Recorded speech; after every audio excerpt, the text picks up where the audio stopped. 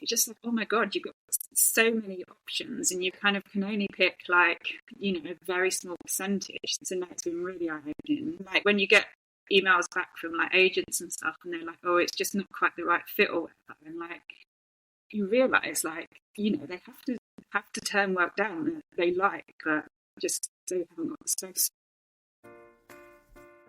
Welcome to You May Contribute a Verse. I'm Brenna Jennerette, rock climber, mom, and kidlit author of The Law of Birthdays, illustrated by Marina Condra. I'm joined by my co-host, Josh Munkin, dad, kidlit author, and science communicator. This episode is proudly sponsored by Canadian children's book publisher Tielmour Press, where every book sold supports reforestation. Check out Tielmour's full catalog at tielmourpress.com, including titles like Naked, Fungi Are More Than Mushrooms, and Supermoon, written by today's guest, Sue Lancaster. Besides being an accomplished kidlit author, Sue is also the editor-in-chief of the well-known kidlit magazine, The Toy. We chatted with her about how The Toy came to be, her writing journey, and the story behind her new book with Tielmour Press, Supermoon. You won't want to miss this one. Here's Sue's verse. It's very official. And by that we mean not. Not at all. Not really at all. Well, Sue, thank you so much for coming on. I am very excited to talk to you, about your book coming out with Tielmour, but also about The Toy. I would love to hear all about the inception of The Toy and just how it's come to be, because it kind of has a reputation in the kidlit community, but it hasn't been around for, a super long time. But people know about it. It's very respected. I'm sorry, I don't know about this.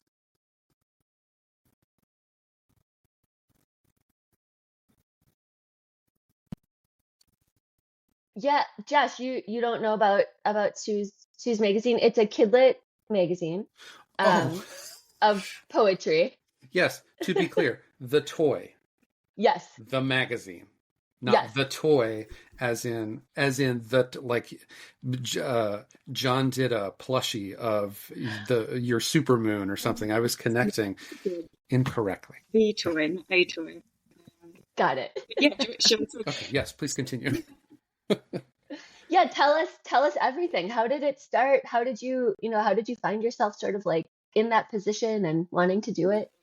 Well, it's kind of coming up to 3 years ago now. I was kind of in a position where with my writing, I was like, I want to start submitting to magazines and like online magazines and stuff because my publishing's not going anywhere. So I want it out there. So I started researching, and there's a few, obviously really, really nice ones out there, but I kind of thought there's just not that many kidlit magazines to submit to. Just passing remark to my husband. I was thinking of just starting a kidlit magazine, and he's like, yes, do it. He's a graphic designer, so he was like, I'll do your logo, I'll do all the designing and the layout for it. Oh, and yeah, he kind of like straight away, like we started coming up with names, and we had a short list, and the kids helped me do the short list for the names, and yeah, we came up with The Toy. And yeah, it just without giving it too much thought, really, I just kind of like launched it into the world. And now we've done 6 editions. So yeah, that's incredible. Yeah, I just wanted to say, yeah, like I have a lot of friends who have submitted to The Toy, myself included. And it like I said, it's gained like a lot of respect in the kidlit community in not, a very short amount of time. People know what The Toy is. People are always talking about the open submissions and the new theme. And so, congratulations. I feel like it's a huge success. Thank you. Yeah. Obviously it's a lot of work. And I do keep saying to my husband, I'm like, I don't know how long I'll carry on doing it. And he's like, you can't let the community down. Wow, he's a big booster.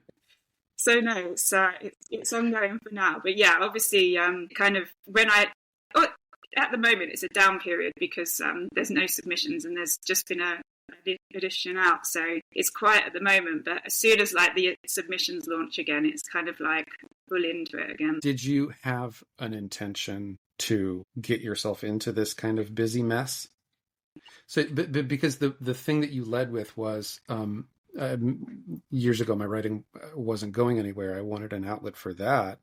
I feel like that's something that we've heard and specifically talked about before So how intentionally did you approach sourcing other submissions, and did you surprise yourself with the reality of what it would take? What kind of getting people to submit to the tour? Sure. Yeah. I mean, it straight away, like, I mean, people obviously needed something to submit to, because as soon as I started putting it on like Twitter and Instagram and stuff, like, you know, people were retweeting, and even for the first edition, I got so many submissions. I was so surprised. And how many do you think for the first edition? Like, you know, kind of going into the hundreds, say, like, wow. Like, I don't ever keep count, but obviously everyone can send 3 things in. So, right. You know, if everyone does send 3 things and like 100 people have submitted, that's 300 things to consider. And because we kind of very early on did just the template for the magazine, so it's only got 24 pages, including the like front and back cover. So it's just we can only put in about, you know, 20, 25 like writers and a few illustrations. So kind of altogether about 30. And like when you've got kind of like, you know, 300, 400 to choose from, it does have to narrow down a lot. Yeah. How do you go about sort of like making those decisions, right? Like, is it just you, or do you have you sort of outsourced some of that now because it's the volume? So it is mainly just me. And wow. Now that we do, the first one wasn't themed, but the rest have been themed. So straight away, it kind of like, you're kind of then, well, we're only having one poem or story about this, and then we're like, you know, kind of, if someone's written about, you know, we did a food edition, if someone had written about bananas, you're only going to have one poem about a banana. And then if someone sends a good illustration that does match up with one of the poems, then you're kind of like, well, these two will go together and be a part of it.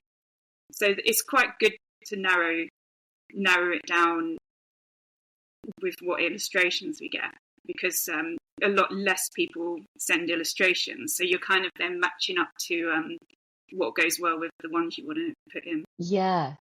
Wow. I just feel like that's just a lot of like, it's so much volume, you know, like to get all of that. And it's cool that you are able to have so much like sort of input, I guess. Like you're right there, like being able to go through and like sort of match up, you know, how you want it set out. Yeah. I mean, I do kind of like call upon my husband to help at times. I'll be like, oh, which one of these do you prefer? Or like, you know, does this sound right? Because he's not a writer. So he just kind of like listens to it and thinks, is that entertaining? Whereas I'm kind of like, oh, you know, does that work in like, you kind of in terms of meter or whatever and stuff. So. Yeah, totally. It's nice to have a built-in thematic filtering mechanism in the banana sense.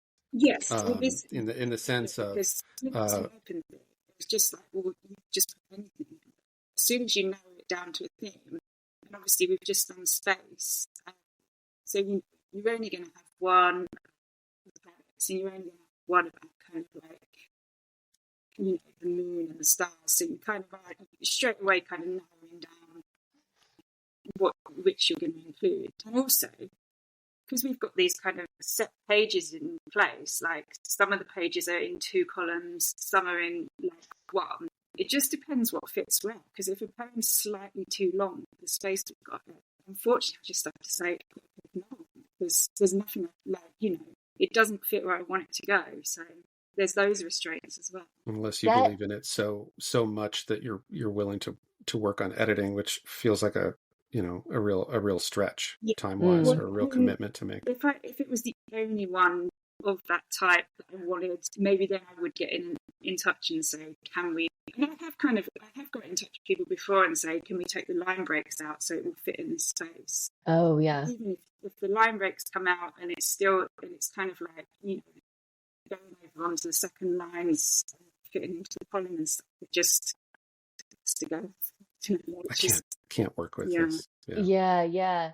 That is, it's fascinating that like that insight into how you sort of pick and choose, because you know, as somebody on the other side who I have, you know, submitted to the toy before because I think it's amazing, but thinking about sort of like strategy and the fact that you do allow, you know, 3 submissions at once, I usually am like, oh, I think I'm gonna work on this one, you know, and submit the one. But that really sort of, you know, listening to how you go about it, that very much limits my chances, because if I'm writing, like about the moon, which I did for this last one, I remember probably so many. because Oh, well, thank you. That's really sweet. I mean, I get what you're saying though, because probably so many people wrote about the moon. So then it's like, well, shoot, I have, I want to pick like You gotta go one, so further then into not the space. whole, yeah.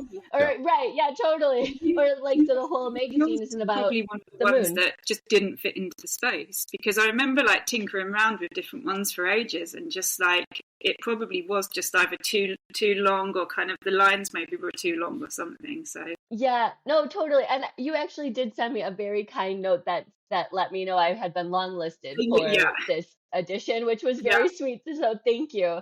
And this is the closest I've gotten on a toy submission. So I felt very pleased with myself. I was like, way to go. Because I've submitted, to other themes and, didn't make it, which, is fine. But it's nice to know you're sort of getting closer, no, And I was like, oh, long list. I'm like, yeah. because I have to turn down so many really good poems and stories.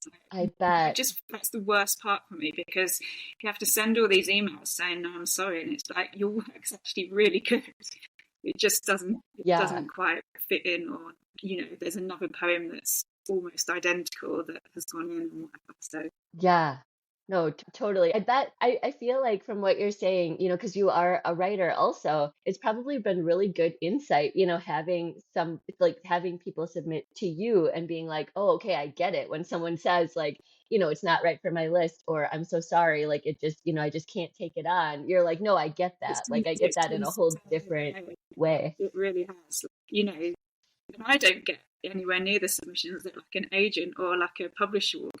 You're just like, oh my god, you've got so many options, and you kind of can only pick like a very small percentage. So that's been really eye-opening. Like all the kind of, when you get emails back from like agents and stuff, and they're like, oh, it's just not quite the right fit or whatever, and like you realize like they have to turn work down that they like, but just they haven't got the space. Totally. Yeah. How has your how is your approach to finding an audience gone? Do you feel as though you've had an audience, or that you have found an audience that you distribute to, or is this a work in progress, or how do you define your approach to that? It's all social media, kind of reliance on people spreading the word, which has gone well. In the past, I've kind of tried to get it into kind of a few shops, but then they take the whole cut anyway, so you get anything. And I don't do it to make a profit, but obviously I want to make my money back on it. Yeah. And I did a few kind of like markets and stores and stuff to kind of sell it, which again worked quite well, but it's time consuming. So so now I just rely on online and kind of spreading the word on social media. So that's a really tough like business development skill set. Yeah, and that's not my forte, because my forte is like I'm a writer. I love doing the layout and kind of getting all the poems in place, but then when it comes to marketing, I'm like, oh no, like need someone else to do that, really. And of course, we could talk about expanding the team of people who are working on that sort of thing with you, but then that adds another layer of organizational management. Absolutely. And kind of I mean, maybe in time I will get someone else to help out, but kind of at the moment I do it all to my own kind of time scale, and kind of it's not a set amount of time that I leave between launching an edition and then reopen it. It works for me at the moment, so I kind of just don't have anyone else to kind of to worry about in that sense. But no, we'll see. It's kind of chugging along quite nicely at the moment. Yeah. I mean, that's the thing, right? It's like, as long as these things remain fun and rewarding. Absolutely. And I do really enjoy doing it. Like I say, I love it when you kind of like I said before, when you get an illustration and like, oh, that poem will go really well with this illustration. It's just so nice to then kind of like put it together on a page and kind of tinker with the layout a bit, and it's good. It's good fun. How much have you learned from your husband about graphic design? Yeah. And how much does he actively participate? in the first edition, he literally had to do everything, and he uses InDesign. And slowly, kind of now, we've got this template in place. Like, I can now pretty much do the whole layout, and he just goes in at the end and he's like, oh, this isn't right, this isn't the right. So he does all the finishing touches. So no, I have actually, but it's sort of like, I've literally got him. How do I do this again? I've forgotten how to do this. So no, I don't. If you don't tell me, I'll have to learn from YouTube, right? Career in graphic design. Has it helped you at all, Sue, with your personal writing, like in terms of like I'm asking in terms of like sometimes you just need like a creative break, or you're like stuck on a story, right? Does it sort of help to have the magazine to be like, okay, like I'm gonna focus on this right now and sort of dive into something else, and then like circle back, or like how does that work with like, organization? Really nice. And like, as I said, I really enjoy it, and if I ever stop enjoying it, then I'll just stop doing it, which is again, I don't have anyone else to kind of answer to in that sense. I can just, but no, it's really nice, and kind of it gives me stuff to focus on other than writing, like you say, if the writing is not happening for any reason. But also kind of just, you kind of get so many kind of contacts and people through that then I can kind of like, in my own writing, I'm like, oh, kind of know who that is now and stuff. So it does totally communities.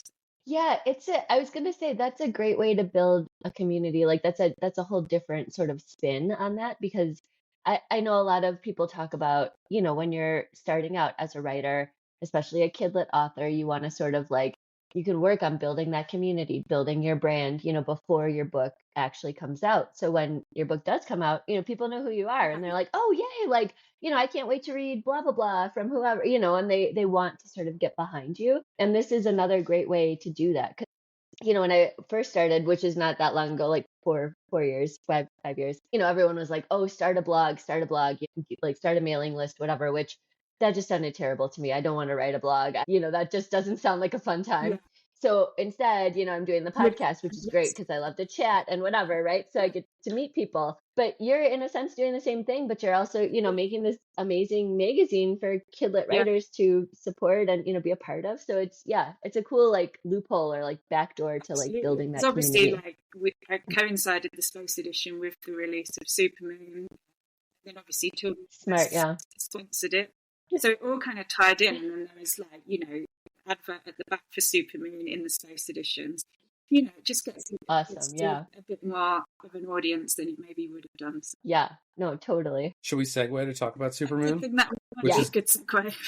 Which is delightful and fun and light. Where did Supermoon come from? Supermoon came from. Like, there was a period in time where I just was I loved going out and looking at the supermoon, like when it first kind of rises above the horizon and it's looking like, massive in the sky. So I'd always kind of, whenever there was a supermoon, walk down to the river, which is just near me. And I kind of, on one of these walks, I was kind of thinking, supermoon, it sounds a bit like Superman. So I think Supermoon is quite a good superhero. And then that's where it kind of started. I started thinking. And then we're doing a bit more research. I was kind of, actually, the moon does do a load of things that are kind of quite heroic, like the tides and kind of, casting light and stuff. So the more I delved into it, I was like, yes, Supermoon is a superhero. So I thought, it's it ties into things kids really love, because obviously they love superheroes and stuff. Also, are quite fascinated with stuff. So, too. I found it so fortuitous that Supermoon and Naked were back-to-back releases, and Naked came about the same. Yeah, the same way. It's parallels between. Really nicely together, I think. And they look good. And I tried to get John to adopt the two different types of moon marketing campaign, but I only had limited success there. It's amazing. No, I love that additional layer of being a superhero. Because you're right; those are two things that kids are just like totally fascinated with. Like kind of bringing in the kind of making it like, what's it called? An informational fiction, isn't it? So it's an informational Yeah. So then there's true facts about the moon at the back, so which adds another layer, because obviously it's teaching kids what the moon actually does. So no. Yeah, I mean, it's so smart. How did you, or how did it go in terms of submitting Supermoon? Did you submit it only to Tielmour and Jan, or did you do sort of the rounds? I mean, it kind of went through many, so it started, the first draft was in prose. I didn't have it in rhyme for a long time. It was started in prose. There was actually a child character in it to begin with, and the child and the moon were kind of interacting. Then I got it critiqued. I got it critiqued by Amy Sparks, who's quite well-known kid lit author in the UK. And she kind of said, it doesn't quite work. She was like, maybe take out the child character, have the moon talking directly to the audience, the reader. And she was like, maybe I don't think she recommended trying it, but she was like, it needs to pick up the pace, and it needs to be, pacier. So I kind of thought, I'll try it in rhyme. And then I added the refrain, which is everything will be all right, Supermoon will save the night. So that kind of got added in a few times. And then I think I sent it back to her, because I was doing some sort of course with her at the time, so she was critiquing some of my stories. And she said, yes, it does, it works better in rhyme. But then I thought, oh God, it's like an informational fiction I've now got to submit in rhyme. So it's kind of... Right, you're like, what have I done? Two things against you, right? I submitted it to, a few agents, didn't get anywhere with that. Because I had an agent for a while, actually. I had an agent for a couple of years. They weren't interested in it. When I kind of pitched it to them, I said, what about this? And they were like, no, we'll work on some other stories. So it kind of just sat in the drawer as such for a few years. And then I parted ways with this agent, and I was like, okay, I'm now going to just go directly to publishers. And it worked, because within probably 7 months, I think, I got the offer from Tielmour. Yeah, awesome. Do you have a rhyming background, Sue? Have you written in rhyme before? Well, as we said at the start, I worked in TV production for the first part of my career. I dabbled in writing, certainly not writing in rhyme. I dabbled in small scripts and stuff. So I kind of wrote a bit then, but I've always liked writing. But it was only when my kids were young that I was like, I could write for children. And that's when I started kind of thinking I write for children. And I wrote my first manuscript. It's awful. Been there. Yep. We have so many similarities. I probably would have given up straight after that manuscript. But I then saw this kind of online picture book course being advertised. And it said, you can get critiqued at the end by this kind of author. This was a different one to the one I was talking about. So I thought, I'll give this a go and kind of see if I can polish up this manuscript. And it was so hard in this critique. It was like, oh my God. Suddenly I kind of got the basics of meter, and kind of that you have to actually write to some sort of rhythm. And that picture book will go nowhere. But it did improve vastly from when I first wrote it to once this course had finished with it. And I mean, like we say so often, no work is wasted, right? Even if that doesn't go anywhere. You learned a lot that paid off. Most things won't go anywhere, will they? I mean, we have to admit that none of it's wasted, because you're learning every time, aren't you? So. No. I disagree respectfully. Every manuscript that I have written will see the light of day. I have eternal, never-ending hope. No, that is absolutely false. It's time for this week's book reviews. Josh's review for this week is for Santiago's Dinosaurs by Mariana Rios Ramirez, illustrated by Udayana Lugo, and originally recommended to Josh by friend of the podcast and upcoming guest, Anna Siquiera. Santiago's Dinosaurs is a great intercultural story with adorable and accessible art that frames Santiago's fresh experience as a non-English speaking kid in a new school through his passion for dinosaurs, which is a really helpful framing device as common ground that he can share with his new friends, a humanizing look into the anxieties of non-English speaking students. that non-English speaking students face. From John, Nadine the cow is loud, proud, and totally fearless, until she's not.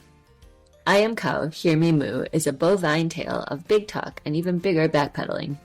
Jill Esbaum's rhymes hit the spot just right, and Gus Gordon's quirky illustrations are a mixed media breath fresh of air. Nadine's over-the-top confidence, especially when she finds herself lost in the woods, is something he's sure we can all relate to. John gives this 5 cave paintings out of 5. And my review for this week is for friend of the pod, Lydia Lukidis' early reader graphic novel, GROUCHO, the Grouchy Groundhog. If you love Garfield, pancakes, and a grumpy MC, this book is for you. With themes of working together, doing the right thing, and friendship, there's something for everyone. Paired with Tara Hannon's adorable and colorful characters, this series is sure to be a hit for any early reader. And be sure to look for Lydia's podcast episode coming soon to hear all about how GROUCHO came to be. Don't forget to get your own reviews and library requests in. It's the #1 way to help an author's sales. And if you want to support the pod, make sure to check out our Linktree at linktree/verseshow to give a community shout out, buy merch, become a Patreon, or sign up for our newsletter at brennagenerette.com. And now, back to our show. Sue, so this is sort of a specific like overseas question in terms of agents.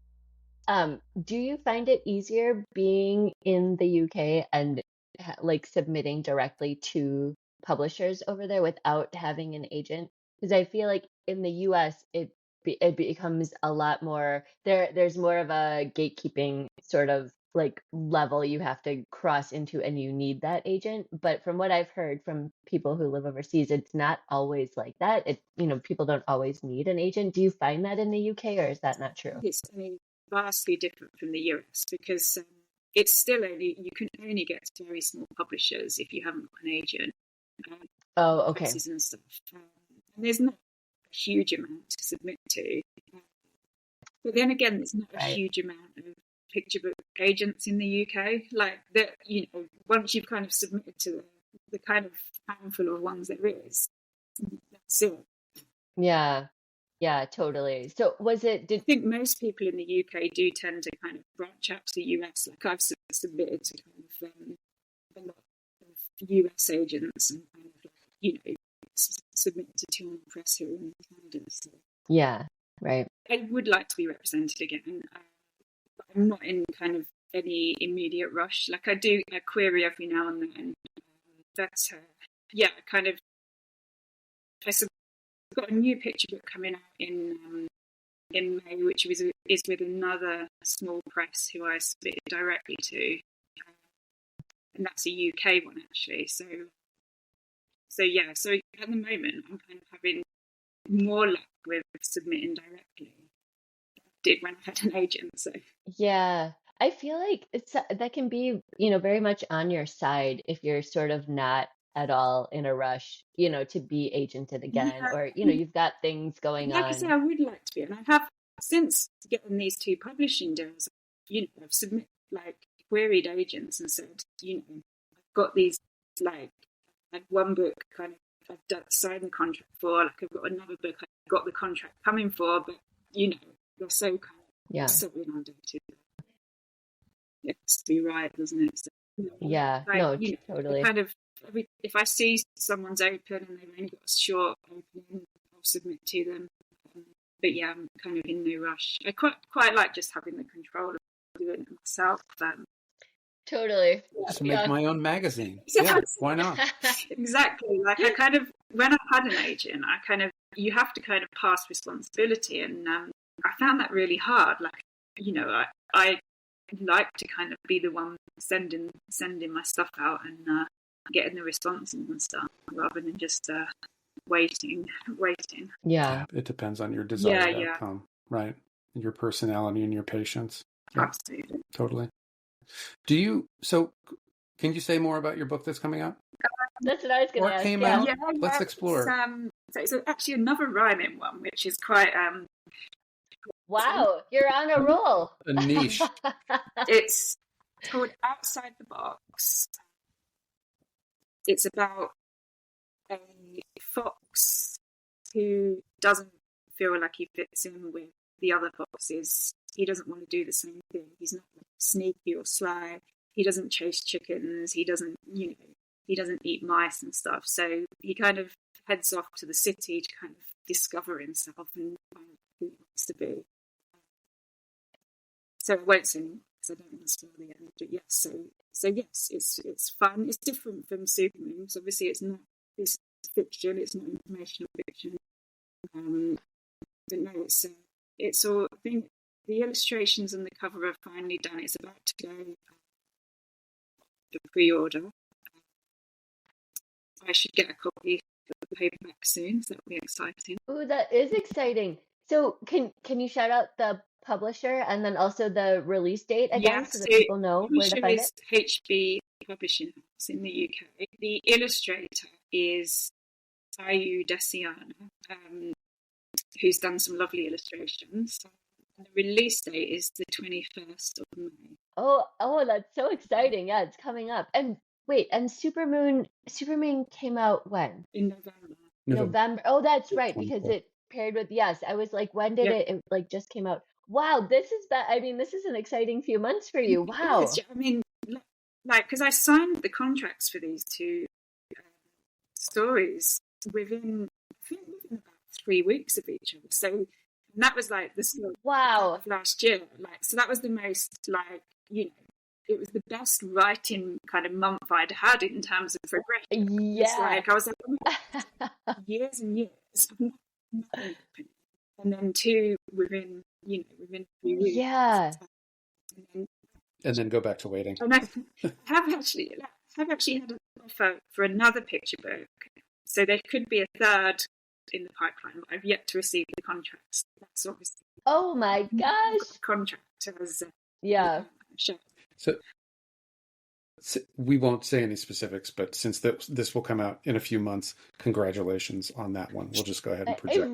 Right. Wait, can I just ask, is that one also rhyming or no? No, it's not. No. Okay. Just wondering. So no, I kind of diversifying back into prose. So fingers crossed. Yeah. So don't see why. So this makes me wonder sort of about your schedule in terms of the toy, because I know submissions are closed right now because you just did Space. So I mean, it's so nice that you're in control of it too, because you can open submissions again whenever you want to or whenever you have the time. Because it seems like, like if you've got all these books coming out, it might either be good to pair them together or not so good, and you'll be like too overwhelmed. I mean, yes, it's definitely good, because when I first launched the toy, I was like, right, I'll do one every quarter, every 3 months, and kind of time it with the seasons, and kind of like release it on the same date every quarter. But I think even after the first one, I was like, oh, actually, like that's going to be quite a lot of work. So I kind of straight away kind of pulled it back to kind of make more like twice a year, like so kind of 6 monthly. But even that, even by doing it 6 monthly, you have to open submissions probably about 3 months before. So you kind of only having a couple of months gap in between, like workload. Smart though to change it from every season, right? Because I feel like some submissions are sort of open like every other week almost, like like there would be no break, it would be constant. Because I did release the second edition straight off the back of the first, and I think I needed to get a few out, but I was like, oh, I've literally just finished the first one and now I'm going straight into the second one. So I was like, this isn't going to be kind of doable long term. And that was obviously back then I didn't have any books out. So yes, going forward, as I get, the second and possibly third out, I will have to time it more like with kind of either to coincide with the release, as you say, or to just completely not coincide. Yeah. Well, I mean, the books coming out might also sort of inform what the next theme might be, because if they do coincide with the release of a book, it might be smart, right, to have like a animal themed book or whatever, and then you can Well, this is or box theme. Right. This is why, obviously, doing the space one for Supermoon just worked so well, because Tielmour totally. and just all coincided well. So yes, I'm not against doing that in the future. Don't think I'll get another one out for May, so I'm not sure I can do it this next one. Right. Might I suggest a nudity theme to go along with naked? I feel like you'd get some really interesting submissions. Yes, okay. Yeah. So one of the things I wanted to ask about is in doing some research to prep for our conversation, had a realization that you're not the only Sue Lancaster. Really? I mean, that's not unusual, because I guess it's pretty common. I mean, what I was surprised about when we talked to Adam Rex, the author, is that there are no, it wasn't Adam Rex. Josh Funk. Josh Funk. Yeah, well, even more bizarre and rare that there are more Josh Funks. Really? But yeah, I had been at one point in my research prepared to talk to you. Yeah. I was prepared to talk to you about having a book that was in Target. And working. Let's look this up. Working with the Mayo Clinic on a book. No. But that is me. Is it the perfect one? Yeah, that is you. That is me. Oh my gosh! Kind of just a write for hire kind of like. So this was through my agent when I was agented. They paid me to write a specific picture book. So it was more like it wasn't. I brought this up. It wasn't contracted. It was like just a hired kind of like, you know, write for hire kind of job. So So there's only one of me. Okay. Wow. Okay. Well, that's a whole other thing for us to explore. Because I'd thrown that topic of conversation board out. books, like some hand puppet books that you might see come up under my name as well. Yes, a couple of those as well. Yeah. That was through my agent as well. That was like write for hire stuff. So wow. I mean, can you tell us more? I feel like I have so many questions. Like how, because work for hire is like, I feel like a lot of authors are like, yeah, totally. Like, I'll do some work for hire, like, in between projects and whatever. It sort of like keeps things going and, whatever. But, you don't just roll up and get offered a work for hire generally, like if it's for a specific thing, they're like, oh, cool, you have a background in whatever. Would you please write, X, Y, and Z or whatever it is. So like can you just tell us more? Yeah, about sort of how that came about and like what, like how that unraveled? Well, with the perfect one, which is the Mayo Clinic one, like my agent had got in touch and we're like, oh, there's this client in America who wants a picture book writing. They'd kind of written the outline of what they wanted it to be about. It had to be about basketball camp,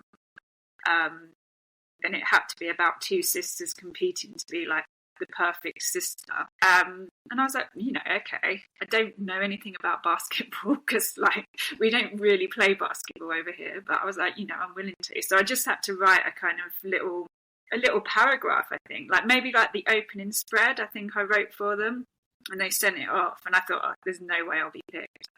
They came back and did pick me, so I was like, okay, this is a good learning curve for me. Learn all about basketball. Yeah.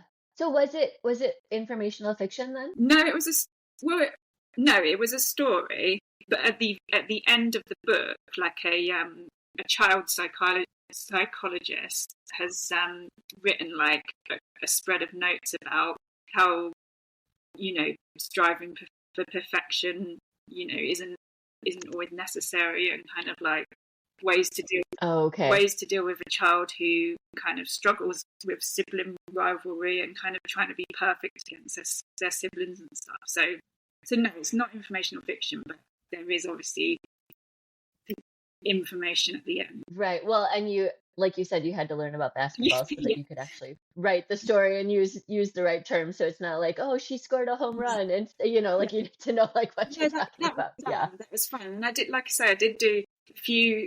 I did that and a few board books whilst I was with my agent. And I do miss doing that sort of work because now I'm not with my agent. I don't get that sort of work. But my goal was always to have my own contracted picture books. It just wasn't happening with this agent. So kind of, thought it's time to part ways with these and do it at my own. Yeah.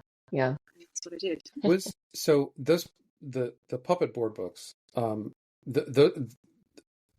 now that I know that that's you, yes, I do want to talk about that because I mean we don't tend to talk to a lot of board book authors. Number one, but number two, what so many parents experience as the first books for their children are these interactive books, and it feels like a real blind spot for us. Those were contracted also through.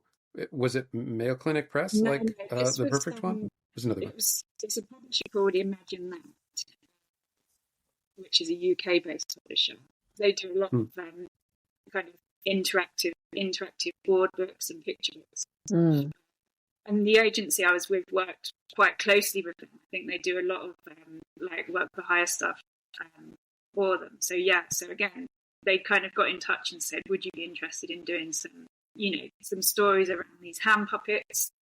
Again, it was very much kind of like, this is the character. You've literally got 5 spreads to kind of build a story and conclude this story based on this hand puppet. And it was good. It was a good challenge. I made them rhyme. I was like, I'm going to set myself even more of a challenge and make them rhyme. Yeah, I feel like you are a rhymer. Like you can do it all. Because they were like, we want them to be really fun and like really interactive with the puppet and stuff. So they didn't give you as much of an outline as this other work for hire that you were talking about. Was kind of part of the brief was like come up with 2 or 3 story ideas for each puppet. So I'd kind of pitched kind of 2 or 3 stories, and then they picked which one they thought would work best. And then wow, that sounds really fun. Like is that what you're saying too, Josh? Yeah, like just like really open-ended. Here's some stuff, make a story. It was fun. As parents of little kids, it's already stuff we do for free anyway. Yeah, absolutely. So why not? Totally. It was my first it was the first time I'd ever seen my name on a book. Like these board books were the first ones that came out, and like it was the first time I'd ever been on on Amazon or anything. Like so it was really nice. Like it was a kind of big landmark in my writing. Totally. Oh, that's so cool. It was. Empirically, just taking a step back, there's something about the board books with puppets concept that makes me remark on how bizarre this line of work is. It really is. Hearing you describe the ideate some ideas to bring these hand puppets to life, it is so entertainingly strange about this work. I was getting paid to do it. It was fabulous. Like it's kind of like exactly right. Some money to just come up with these story ideas and then turn them into a board book. Totally. So Sue, I just have a quick question about your agent. I won't dwell too much on it. It's interesting to me that they happen to be like really good at getting you work for hire deals, but not so much at the traditional deals, which generally speaking, it feels from my personal experience and just people I know, feels like the inverse a little bit. Like a lot of agents, I feel like just are kind of like, oh yeah, like I sort of am like on the radar, and sometimes it's like casually in passing, like, oh, I heard so and so, is looking for a work for hire. Like you can submit if you want to, but it doesn't feel as like, they don't generally. That's not like the front of their knowledge. It's more the opposite, like more traditional publishing, and then the work for hire sort of comes later. There was several reasons I parted ways with them. One of the big things was like it felt like there was more of the concentration on the work for hire stuff. And for some authors who've like already had loads of books out and established themselves, that's probably like absolutely amazing that they're now suddenly getting just all this kind of paid work.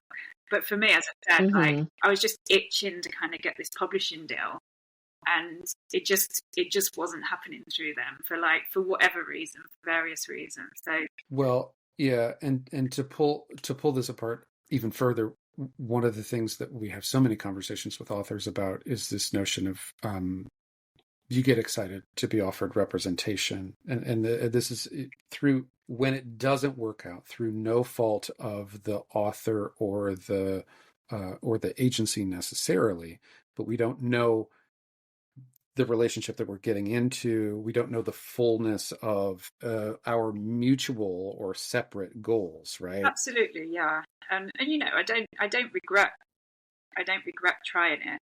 I think I definitely, if I was offered representation again in the future, there's definitely a lot more questions I'd ask now, kind of like in terms of their like the way they work and stuff. But it's all It's also like correct me if I'm wrong, but for about with work for hire projects that I am aware of, it's a flat rate, and the agent doesn't generally get any piece of that. It's usually like there's the flat rate for the author, and then there's no royalties. You sign over the rights, and it's like, you know, work for hire is work for hire. It's just like that's what you get. There's not a lot of negotiation. The agent did take their cut between what I got paid and, you know. Oh, okay, got so it. For sure. Got it. They did take a cut, but yeah, it was literally just a flat fee. As soon as this is another thing I found quite hard with the work for hire stuff, is that as soon as you'd written the book, like it was then just, you never heard, like you didn't hear kind of how the books were doing. You didn't have any say on like kind of, you know, the kind of process as it gets to publication. There was no kind of like, they don't involve you at all. So you kind of like, you've written this book and then suddenly it's just, you see it on the kind of on Amazon and you're like, oh, okay. Right. You know, and obviously you don't have, you know, you're not expected to promote it. You don't have to kind of, you know, do any sign-ins or read-ins or anything like that. Because you've handed over all the rights. So right. It's yeah, so much closer to just being a contractor who's writing, right? Like this experience that you're describing puts me in mind of a super brief, like a period of a few months, but very impactful to the way that I approach writing, part of my career, where I worked for an agency and ghost wrote blog posts for other websites for SEO when SEO was more of a thing. But I mean, it was the same thing. You get your parameters, you write the thing, you get paid a tiny little bit of money, you submit it, and that's all you ever hear. It becomes this content factory. Yeah. Right. No, it's I'd like to do it again in the future. And now I've had my own stuff out, I'd be much more open to doing more of it. But yeah, it was hard as my first experience of being out there, because it just wasn't the same experience as if you know, I'd signed a contract and kind of had more involvement and stuff. So even in the board books, like, you know, when it finally came out and kind of I got myself copies of them, like, and I was like, oh, you know, they've changed that word and they didn't consult me, and I don't like that word as much, but like, right. and like they kind of, and then, you know, they, you know, swapped things around a tiny bit, not too much, but even then I was like, oh, you know, like I preferred it the way I'd done it. Totally. But you just it's out of your hands and you don't get any say. Yeah. I appreciate you entertaining all of our questions about work for hire, because we don't have too many authors on that we've talked to about work for hire, and I find it just really fascinating because it's sort of another arm of, you know, traditional publishing that we just don't talk about a lot. It's gone really dark here. Obviously the sun's set and now I'm just in pitch black. I know. For the listening audience, we just see the bare outline of Sue just disappearing. Things are getting really sinister. It's me and you two that are impacted. Right. Just seeing my silhouette. You don't sound any darker. No, you're like a moon. You're like a moon coming out. Like I don't see you. No, yeah, the work for hire stuff was a really good experience. I enjoyed doing it. So, you know, hopefully in the future I might get some more of it. Yeah, totally. So as we're coming to the top of the hour, the other thing that we do like to talk about with the many parent creators that we have on is you'd specifically said, oh, you know, it occurred to me as well, and Brenna, I think probably you too, that we could do this children's book writing thing once we had kids that we were communicating to specifically. How old are your kids, if you don't mind sharing, and what do they think of your books? They are now 9 and 11, but they're a bit older now. But yeah, when I first started writing picture books, they were much more picture book age. So yeah, of course, like, so in my head, I'm like, oh, you know, like, I'll get a picture book published and be able to read it to my girls, and like, we'll all, they'll love it. And of course, it doesn't happen because years pass, and now, like, my oldest girl, Tabitha, all she's like, oh, when are you going to write a long chapter book? Right. You'll be too old for it by the time it comes out. Exactly. So then I'll to like YA or something. Yeah. Totally. I find that my writing, has sort of followed my kid. So my picture book came out right on the tail end of like when he was sort of moving out of that and reading on his own, which is awesome because he did read it and like choose to be read my book several times.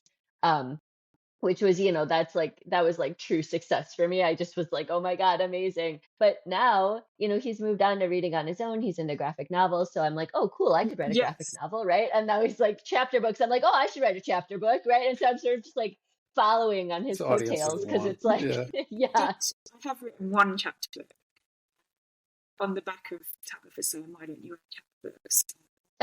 Right. It's just over 4,000 words, and I was like, I just can't write any longer than that. Like, that feels too long for me. So it's the shortest chapter book ever. Like, it would be a very kind of like, the early chapter books for children. So even that she's not interested in because she wants much more word count. Yeah, she's 11. Yeah. She's way past. Way past. She's beyond your reach at this point. Because now I feel like I'm just like, oh God, I couldn't write for teenagers. I wouldn't have a clue what to write about them. But, well, wait a couple of years. They'll give you like a ton of content, and you'll be like, okay, I've got it. She'll hit 13, and I'll be like, okay, yes, I'm going to write a book tailored at teenagers. Yes, exactly. They do still. They are proud of me in their own way, I'm sure. And my 9-year-old, she reads the book and she says she enjoys it. So I think that's the most I'm going to get. Yeah, that's more than enough. I feel like, as a kid, they're just so in their own world. And I don't kids just don't understand the kind of work that goes into it, do they? Like, so because when Tabitha's like, oh, why don't you just write a chapter book? She's like, I'll do you an outline, you could get it written and stuff, and like, just expect right, just do it. Yeah, you did it that one time, just like publish another one. This isn't children, this isn't like starting a magazine. You can't just do it. They see me do that, so now they just think I can just get all these books. Wave a right. Well, stuff. yeah, right. You've instilled a lot of confidence. Totally. Yeah. Well, Sue, this has been like super enlightening and just really delightful. Thank you for coming on and, again, entertaining like all of our questions. I know I circled back to work for hire a ton, but it was just really interesting. And your strategy about putting together the toy, and congratulations on Supermoon and all of your books coming out of the box. Everybody look for that one. That sounds great. It's been lovely to chat to you guys.